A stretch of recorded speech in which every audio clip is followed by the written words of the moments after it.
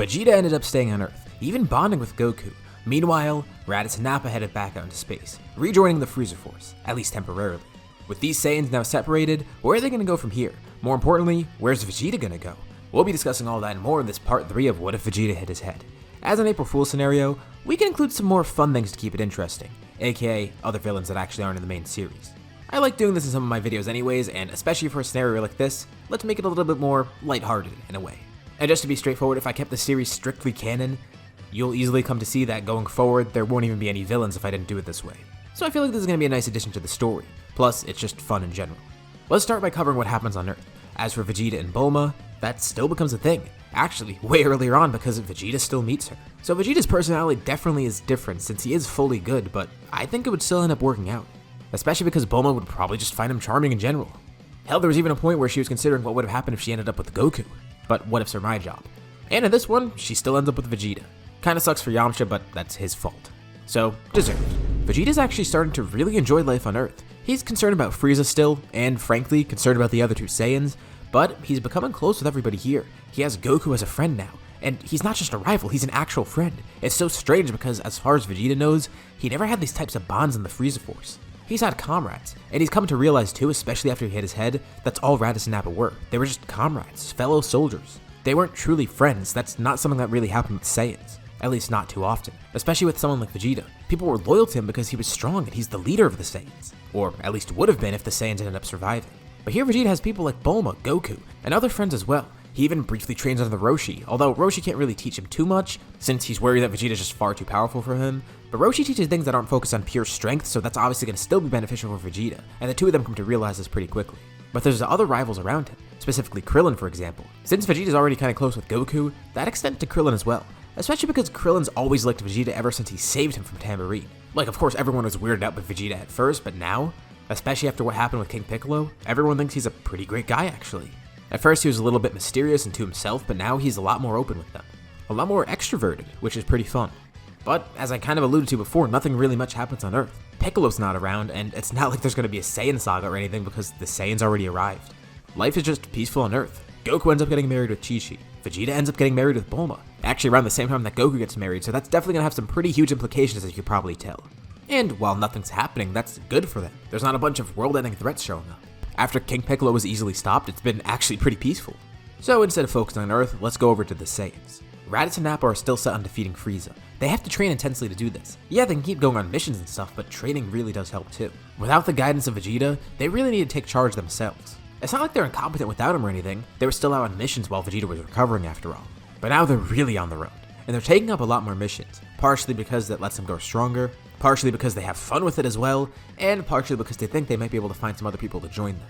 They of course know Vegeta's brother's out there, but he's probably going to be like Kakarot too. And at least with Kakarot they knew where to find him, while with Turbo they don't even know where to find him because that was Vegeta who knew about it. So maybe he's too soft. There's gotta be another Saiyan out there though, maybe more. Or at least someone that'll team up with them against Frieza. They can't really trust anyone else within the Frieza Force. And since they're Saiyans, it's not like they're going to be very welcome at other planets if they try to find allies there.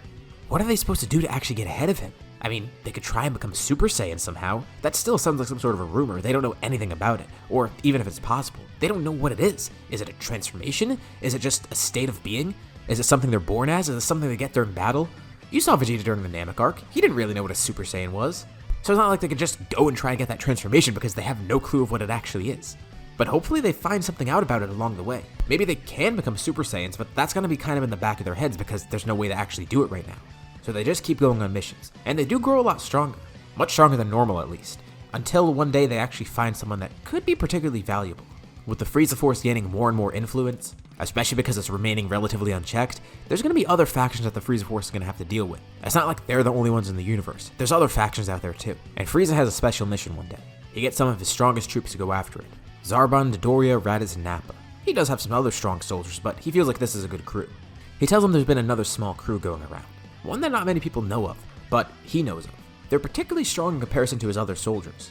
But he feels this group could take it down. It shouldn't be that powerful. He doesn't know much about them, but from what he does know, they go around trying to collect planets for themselves. They've only gotten a few small ones so far, nothing really big. But from these planets, once those people arrived, that planet was left barren. It was completely pillaged and there was no life left on it, except for a giant dead tree. Sounds creepy, but they're up for it. This group is apparently called the Crusher Corps. and that's really all they know. But Frieza's had some scouts on them for a bit, trying to track them down, and they finally found the next target for the Crusher Core. He doesn't know how many are in this group, but he has a rough estimate of how powerful it might be. This group should be more than enough to handle it, and he expects them to report back with all their findings, because they will win here. Zarbon and Dodoria are annoyed that they have to babysit Raditz and Nappa.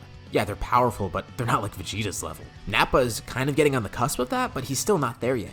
And Raditz is definitely stronger than before, but, like, he's Raditz. They always knew he was the weakest of the 3 Saiyans.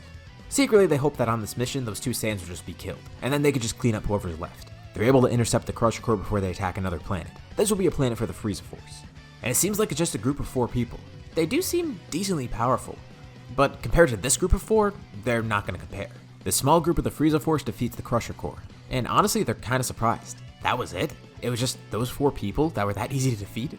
There has to be something more to it. But the planet's shaking. Something sprouts nearby. It looks like a giant mountain in the distance, but they can see it's not actually a mountain. It looks more like the shape of a tree or something. Immediately the 4 of them rush over. There's still more of the Crusher Core left. Those 4 must have been a distraction. They must have knew the Frieza Force was going to attack.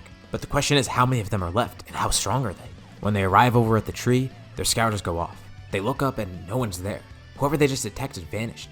A man lands near them. He's standing there, holding what looks to be some sort of fruit, and the 4 Frieza Force soldiers look completely dumbfounded.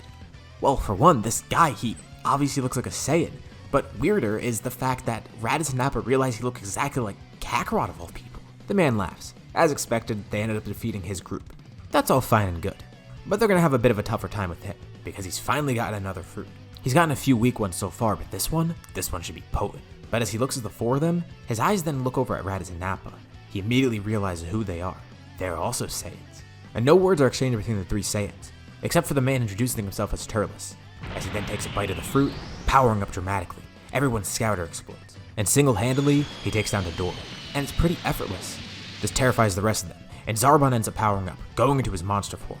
But that does nothing against him. Turles is able to easily defeat him too. And he looks over at the other 2 Saiyans. He doesn't attack them though. He has a proposition for them. He's already lost his crew, which is kind of a pity. But these 2 could be part of his crew now. They could be his new allies. That, or they could die here. Raditz and Nappa don't really know what to say. They're kind of terrified of this guy, and it's not like they really have a choice either. But Turles tells them he knows what they want. They want to defeat Frieza too, right? They can say it out loud. There's no scouters around, and Zarbon and Dodoria are dead. Well, yeah, Raditz and Nappa say that's true. Good. Well, Turles wants to do the same. And it's not really because he wants revenge for the Saiyans or whatever, it's because he wants to take control. And the only way to do that is to actually defeat Frieza. I mean, look at this, they're already at war. And he does need a new crew after all, and it's probably better if they're Saiyans. Like, think of that, fellow Saiyans working together, especially because one of them appears to be another low-class warrior. And that explains it to Raditz and Nappa. No wonder he looks like Kakarot, but that doesn't explain why he's so powerful. He can tell they're probably confused, but he'll be able to fill them in later. And he asks them again, do they want to join? Without really knowing what to say, they decide, yeah, they'll join. This is a pretty easy out for the Saiyans. Zarbon and Dodoria are dead, and as far as Frieza knows, the Saiyans are probably dead too. He still is very suspicious about all this though. I mean, first, Vegeta dying, which seemed kind of unnatural, and then everyone dying here. And it's not like there's remains for Zarbon and Dodoria either, they're just completely wiped off the map. And Frieza doesn't see them betraying him. The Saiyans, yeah maybe, but Zarbon and Dodoria, they wouldn't betray him, they're loyal. They'd have no reason to join the Saiyans either, and they wouldn't be stupid enough to go against Frieza thinking that they could defeat him or whatever. And while he still isn't sure about the whereabouts of Vegeta, he actually believes that this time, the other 2 Saiyans are dead. There's no way they could have made it out of this. Again, he also doesn't really know much about Turles. He doesn't even know that he's a Saiyan. If he did, then maybe he'd have a different conclusion, but he doesn't actually know who Turles is. That annoys him to no end. It looks like next time they find the Crusher Core, they're going to need to be a little bit more serious. He sends out more scouts, but they aren't able to find him. And if any scouts do end up getting close to him, they're just destroyed immediately. They get no data about him or who he's with. They gotta keep a distance after all if they want to get more data. And the Frieza Force completely loses sight of Turles. Meanwhile, he's going around with these other 2 Saiyans. They're taking over more planets. He uses Raditz and Nappa as soldiers to help him out.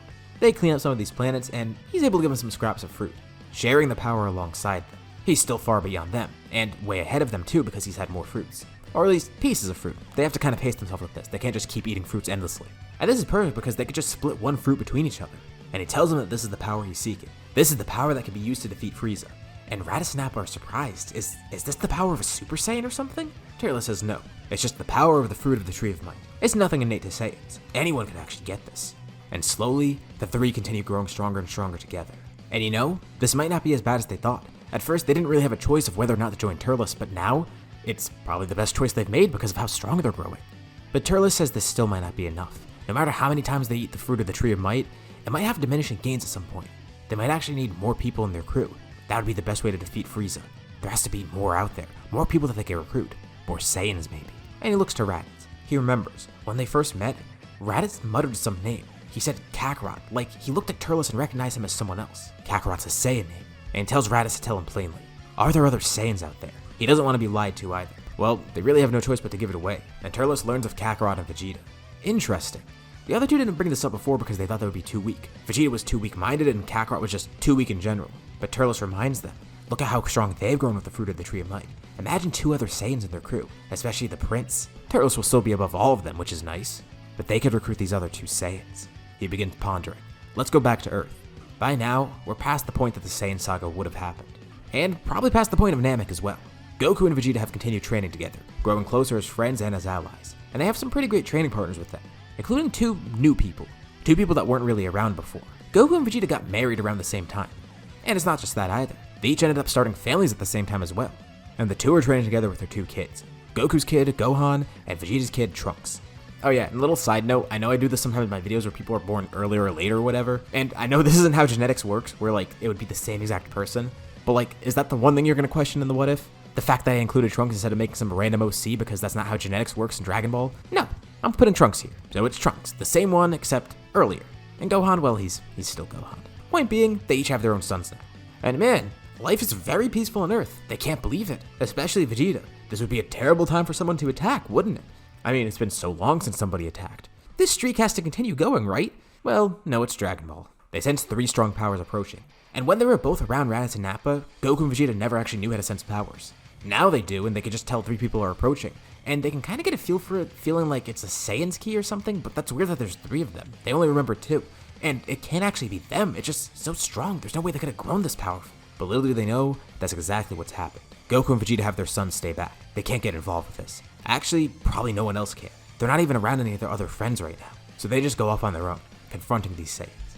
And just as they expect, there's 3 space pods. 2 familiar faces step out, Raditz and Nappa. And there's another familiar face, but at the same time, they're just questioning why he looks like that. Goku's jaw drops as he sees him. Why does that guy look exactly like him? And Turles looks a little surprised at first, but then laughs. He kind of expected this. Raditz decides to do the talking. He tells Goku and Vegeta he's back to recruit them. He tells them they're on the cusp of defeating Frieza. These 2 should be able to tell that Raditz and Nappa are very powerful now. And those 2 could join them, help them defeat Frieza. They just need a few more people to tip the scale, and these 2 should be enough. And Raditz looks over at Vegeta. He knows he wants to join again. It's in him. He can't be the same way he was before after he hit his head, right? He has to be normal again by now. And Kakarot, he has to join his people. As one of the last few Saiyans around, especially with one of them being his brother, Kakarot really should be joining them, teaming up with them to defeat Frieza. Frieza's a greater evil than anybody knows, and he can come to Earth one day for all they know. And while that does make sense, Frieza is a threat, especially because Vegeta recognized that, he tells them that's stupid, that's not gonna work. They're still not strong enough to defeat Frieza. Even if they think they are, they don't know what Frieza's true power is. And yeah, they're definitely powerful by now, but there's no way that's gonna work. Besides, what are they gonna do after the fact? He doesn't want to be a part of their crew because he knows how they are. And this kind of angers Raditz and Nappa, to hear Vegeta verbally turn on them like this. And Nappa tells Vegeta he should be grateful. He raised Vegeta. And Vegeta's gonna stop acting like this. He thought he would surely be over that by now, but no, it seems like that head trauma still remained. And if anything, he got softer here on Earth. But Vegeta says it's quite the contrary. He's made many strong bonds here on Earth. And he's never stopped training either, getting stronger with Goku too. And he says despite what they may think, this low-class Saiyan, he's had the potential to grow really strong as well. Now, he doesn't know how these other 3 Saiyans grew strong, especially Raditz and Turles, those other 2 low-class Saiyans. But he tells them that Goku, he got it through hard work. And he showed Vegeta the value of that as well. The 2 of them have trained the same way. He tells them they're welcome to go on a suicide mission against Frieza, but he's not going to join them. And Goku says the same thing. He wishes them luck, but he's happy here on Earth. While the idea of fighting Frieza sounds enticing, Vegeta's definitely warned him against it by now, many times. Raditz and Nappa really have no idea how to react. But Turles, he knows exactly what to say. He finds these 2 weak. They shouldn't remain here. And you know, now that he thinks about it, this planet might be a good place to plant a tree. He tells Raditz and Nappa they're not going to leave just yet. He's going to plant another Tree of Might, and he wants Raditz and Nappa to handle these 2. They definitely can. They're strong enough by now. Raditz and Nappa don't really know what to do at first, but they look over at the other 2 Saiyans. Goku and Vegeta can't believe what they're hearing either. They're not actually going to do it, are they? Vegeta asked them too. What are they doing taking orders from this other Saiyan? They should be stronger than him, right? The whole point of this was that they didn't want to be controlled by others, but they are. They're being controlled by this other Saiyan. Raditz and Nappa don't know if they can even go against Turles. And now that they think about it too, he's kind of right. These 2 are too weak-minded. They're disgraces to Saiyans. And you know, if the tree of might on this planet will be powerful, maybe it's worth it. Goku and Vegeta could tell that these two are contemplating something. So, they both assume a battle stance. They don't want to do this, but this is probably how it's gonna go. And this is where we'll leave off for now. What'd you guys think about this part? What's gonna happen next now with the fact that the Saiyans are back? And what's Turles gonna do? Let me know any thoughts and suggestions in the comments below. I'd love to see what you guys think. As usual, if you liked the video, be sure to drop a like and subscribe. It really helps with the channel and shows me that you guys want to see more videos like this. Anyways, thank you all for watching, and I'll see you all in my next video.